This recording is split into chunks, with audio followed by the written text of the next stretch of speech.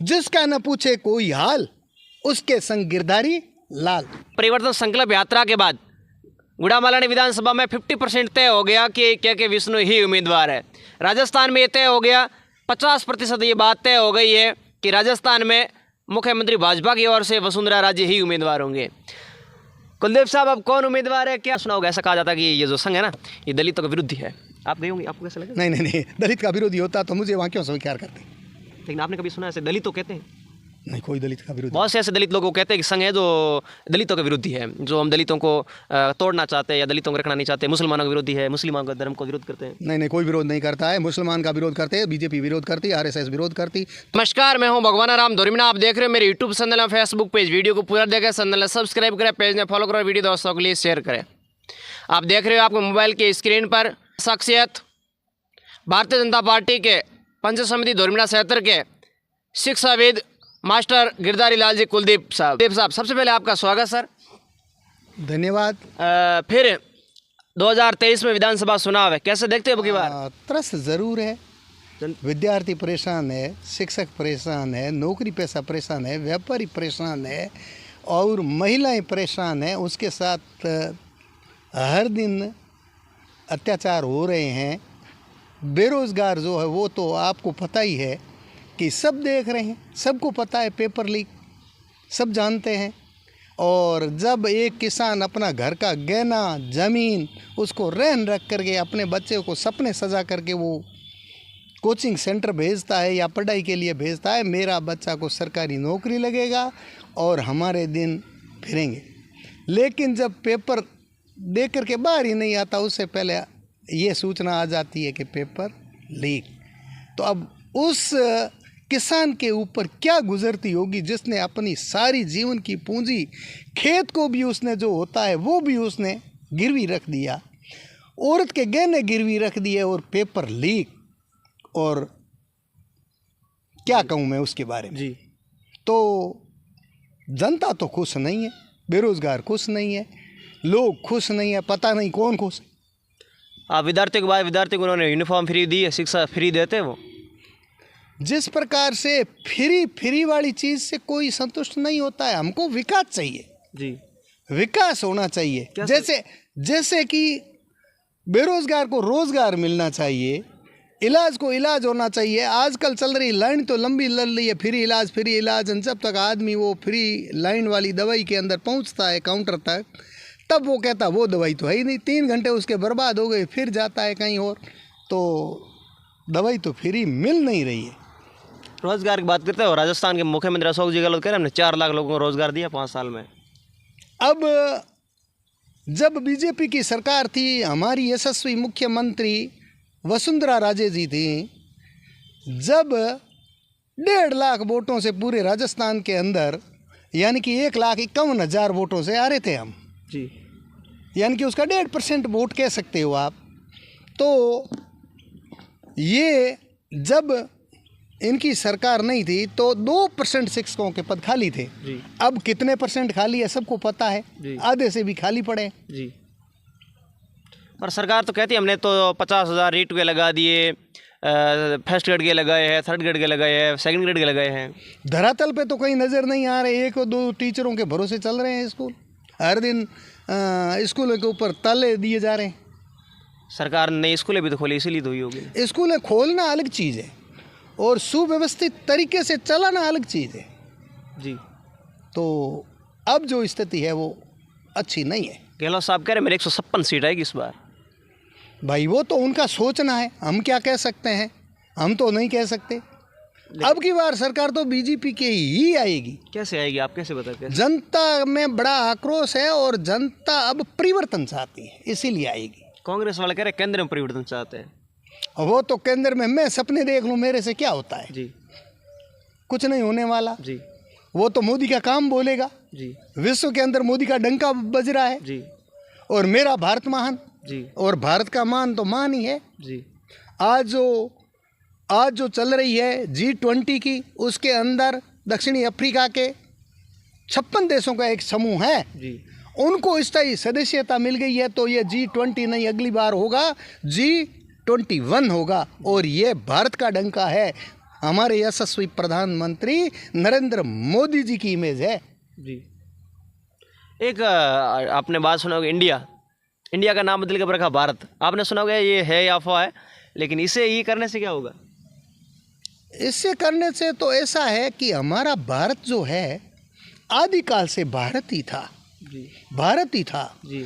और जब भारत की खोज की गई थी, जब भारत दुनिया के अंदर सोने की चिड़िया था, उससे हर कोई संबंध बनाना चाहता था। तो खोज करने के लिए जब आए थे तो बीच में जो उन्होंने सोचा दिमाग में कि भारत आ गया तो इंडिया इंडिया, तो इसीलिए उस दिन से वो इंडिया कहने लग गए। और अब उनका भारत तो भारत ही है। भारत यानी कि जो रिक्तता को भर दे, किसी की कमी को पूरा कर दे। हम भारत के भरतगेल से, शेरों की संतान से, कोई देश नहीं दुनिया में बढ़कर हिंदुस्तान से। जी। ये मुझे गर्व है कि मैं भारत का वासी हूँ। जी। कांग्रेस वाले कह रहे हैं कि हमने जब हमारा गठबंधन का नाम रखा तो भाजपा वाले या मोदी जी डर गए। अब मैं कह दूं कि कोई किसी से डर गया, मैं कह दूं मुझसे वो डर रहे हैं, तो ये बात कुछ अच्छी नहीं लगती है। जी। पर वो कह रहे हैं कि वोट फॉर इंडिया कह रहे थे तब तो मोदी जी को शर्म नहीं आ रही थी, अब कह रहे हो इंडिया नहीं चलेगा भारत चलेगा, ऐसा क्यों? भारत का हो चाहे इंडिया का हो, लेकिन भारत तो पुराना नाम है, आदि नाम है, सनातन धर्म का नाम है भारत। जब विक्रमादित्य था तब भी भारत था। जी। यानी कि जब इस देश का आदिकाल से नाम है, दुष्यंत पुत्र भरत था, उसी दिन से है शकुंतला पुत्र दुष्यंत पुत्र भरत। जी। तो उससे ये देश बना है, वो है भारत। जी। अब ITI का नाम तो शुरू हो रहा है इंडिया से, इसरो का नाम इंडिया से, फिर इसका सब मिटाओगे कैसे? नहीं, इंडिया है तो है, शब्द है। तो भाजपा वाले मानेंगे? जैसे भारत था पहले तो भारत ही चल रहा था ना शब्द तो। लेकिन अब इंडिया भाजपा वाले ने हटवा दिया, भाजपा वाले नहीं मानेंगे अब इंडिया। भाजपा वाले बोलेंगे चाहे न बोले, ये बात कुछ अच्छी नहीं लग रही है। लेकिन भारतीय हर आदमी को कहते हुए अपने आप में एक नया ओज, नया जोश महसूस होता है। धरातल पे क्या इंडिया होना चाहिए, भारत होना चाहिए?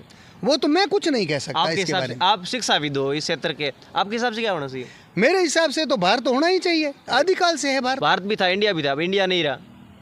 अब वो तो नहीं रहा, तो उसके बारे में मैं क्या कह सकता। आपकी राय क्या है? भारत अच्छा, इंडिया नहीं। इंडिया से क्या दिक्कत थी? इंडिया से दिक्कत है नहीं है, यानी कि ये तो दिया हुआ नाम है जी। अपना, जो जिस प्रकार से होता है पुराना नाम, आदि नाम है, वो है भारत। जी। इंडिया नाम नहीं होना चाहिए। जी। अब ले चलता हूँ मैं राजस्थान के विकास की ओर, और राजस्थान के बाद भारत सरकार के विकास की ओर। विधानसभा चुनाव 2023 को लेकर मैं विधानसभा चुनाव 2023 में आपके गुड़ामालानी विधानसभा क्षेत्र में कई नाम हैं। आपके हिसाब से कौन होना चाहिए, कौन है किसका? भाजपा के उम्मीदवार कौन है विधानसभा के, और फिर मुख्यमंत्री? कौन सी विधानसभा? गुड़ामालानी की। हाँ, गुड़ामालानी के विधानसभा के तो हमारे बीजेपी से एक ही उम्मीदवार है, और वो है कदावर नेता, युवाओं की धड़कन, कृष्ण जैसी मूर्ति, वो है के विश्नोई, कृष्ण कुमार विश्नोई। मुख्यमंत्री तो वो उन कोर कमेटी का सवाल है, जो जिसको होगा जनता चुनेगी, वो उसी अनुसार से वो लेकिन अब है कौन मुख्यमंत्री, किसको होना कौन सी है? अब मुख्यमंत्री कौन होना चाहिए ये मेरे बस की बात नहीं है। लेकिन आपके हिसाब से कौन होना चाहिए? मेरे हिसाब से तो जो जनता तय करेगी, जब विधायक जीत करके आएंगे, वो मिल बैठ करके तय करेंगे, वो सबको स्वीकार होगा। जी।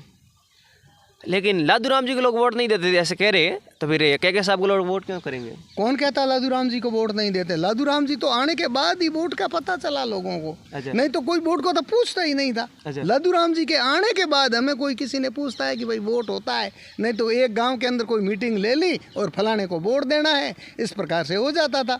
लादूराम जी का तो धन्यवाद करना चाहूँगा मैं कि हमारी इज्जत बढ़ाई है उन्होंने, कि वोट का कम से कम पूछा तो है, और लादूराम जी को हमने 33,000 से जिताया है, तो अब की बार वो पुराना रिकॉर्ड तोड़ेगी जनता।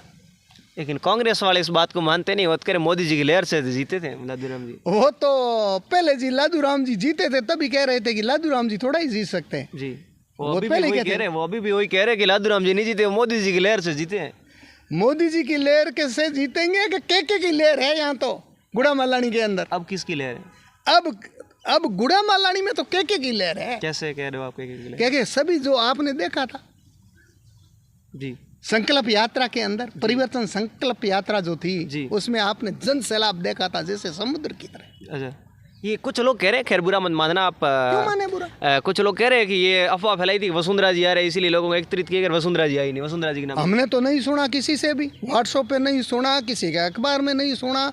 ये लोग वही लोग कहते हैं जो एक दूसरे को बदनाम करना चाहते हैं। हमने तो नहीं सुना था। अच्छा, किसी ने नहीं सुना था। अच्छा, और वसुंधरा जी का अगर सुना होता तो आलम जी मेला मैदान क्या धोरीमन्ना का स्थान, ये धोरीमन्ना भी कम पड़ता क्योंकि महिलाओं की संख्या इतनी हो जाती, अच्छा, इतनी ज़्यादा होती।